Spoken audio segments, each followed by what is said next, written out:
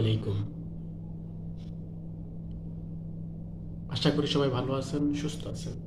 প্রিয় মালয়েশিয়ান প্রবাসী ভাইরা, আজকে আপনাদেরকে সাথে একটা জরুরি গুরুত্বপূর্ণ বিষয় আলোচনা করব। সেটা হচ্ছে ট্যুরিস্ট ভিসা যারা মালয়েশিয়াতে আসতে যাচ্ছেন তাদের বিষয়। অলরেডি মালয়েশিয়া সংসদে মালয়েশিয়া স্বরাষ্ট্রমন্ত্রী একটা বক্তব্য প্রদান করছেন। সেখানে তারা বলেছেন যে মালয়েশিয়াতে যারা ট্যুরিস্টে আসে তাদের মধ্যে অনেকেই তারা সন্দেহ করছে মানব পাচারের সাথে তারা সম্পৃক্ত অনেকেই। কেন এই বক্তব্য তারা প্রদান করছেন সেটা হচ্ছে, মালয়েশিয়াতে কয়েকদিন আগে এয়ারপোর্টে অনেক ফরেনারকে বিভিন্ন দেশের সাথে বাংলাদেশের ট্যুরিস্টরাও ছিল এবং অন্যান্য দেশের ট্যুরিস্টরাও ছিল। তারা এয়ারপোর্টে সিসিটিভির মাধ্যমে তারা এটা পর্যবেক্ষণ করছে যে অনেক ট্যুরিস্টগামী মালয়েশিয়াতে যারা ট্যুরিস্টে ঘুরতে আসে তারা অনেকেই 2 দিন 10 ঘন্টা 5 ঘন্টা 8 ঘন্টা এয়ারপোর্টে বিভিন্ন জায়গায় তারা বসে আছে। কিন্তু আসলে অরিজিনাল একজন ট্যুরিস্ট তারা কখনোই বিমান থেকে নেমে এয়ারপোর্টে বসে থাকে না।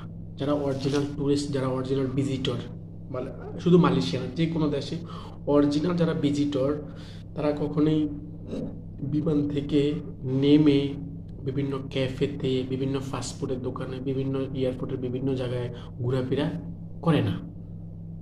যারা আমরাও তো ট্রাভেলিং করি, আমরাও তো দেখি, আমরাও তো ট্যুরিস্টে বিভিন্ন জায়গায় যাই। কারণ একজন অরিজিনাল প্রকৃত ট্যুরিস্ট প্রেমী তারা কখনোই বিমান থেকে নেমে বিভিন্ন জায়গায় চলাফেরা করবে না। তারা বিমান থেকে নেমে সোজা ইমিগ্রেশন কাউন্টারে আসবে, ইমিগ্রেশন কমপ্লিট করে সে তার গন্তব্যস্থলে মালয়েশিয়াতে পৌঁছে যাবে এবং সে বিভিন্ন যে হোটেলে উঠার সে হোটেলে উঠবে, অথবা তার পরিবার পরিজন যে যেখানে আছে তাকে রিসিভ করবে। এটা হচ্ছে অরিজিনাল একটা ট্যুরিস্টের বৈশিষ্ট্য।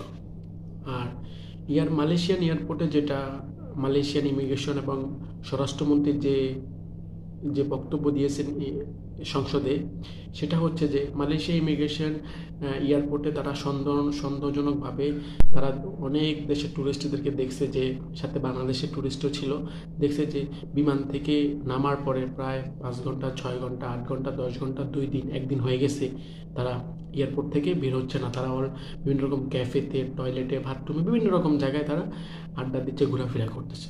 তখন থেকে তাদের মনে একটা সন্দেহ হচ্ছে যে এটা হচ্ছে মানব পাচারের চক্র। তো এই জন্য আমি সবার উদ্দেশ্যে এই কথাটা এই জন্য বলতে চাচ্ছি। প্লাস মালয়েশিয়ান টেলিভিশন টিভি থেকে তো একটা বুলেটিন দিয়েছিল যে এইরকম ট্যুরিস্টদেরকে নিয়ে একটা ভিডিও দিয়েছিল, তারাও সেম এই কথাটাই বলছে। তো এই জন্য আমি বলবো, বাংলাদেশ থেকে যারা ট্যুরিস্টে মালয়েশিয়াতে ঘুরতে আসতে চাচ্ছেন, অবশ্যই আপনার যদি কাগজপত্র সব ঠিক থাকে, আপনি যদি সঠিক পন্থা যদি মালয়েশিয়ার ট্যুরিস্টে ভিজিটারে আসতে চান, অবশ্যই আপনি বিমান থেকে নেমেই কিন্তু ইমিগ্রেশন কাউন্টারে এসে আপনি আপনার ইমিগ্রেশন কমপ্লিট করে আপনি মালয়েশিয়ায় পৌঁছবেন। আর যারা এই 2 নাম্বারি করে মালয়েশিয়াতে আসতে চাচ্ছেন ট্যুরিস্টে, বা বডি কন্ট্রাক্টে আপনারা এয়ারপোর্টে ওয়েট করতেছেন, আপনাকে যে দালাল আপনাকে আনছে, ওই দালালের যে ইমিগ্রেশন অফিসারের সাথে যোগাযোগ, ওই মাধ্যমে যেভাবে হোক কাটসিট আপনারা যেটা করেন আন্ডার টেবিলের নিচে, বা যেটা যেভাবে করে, যারা এরকম কাজ করে এরকম কাজ করে আসবেন, তারা কিন্তু বিপদে পড়ে যাবেন মালয়েশিয়াতে এসে, বা মালয়েশিয়াতে আসতে পারবেন না।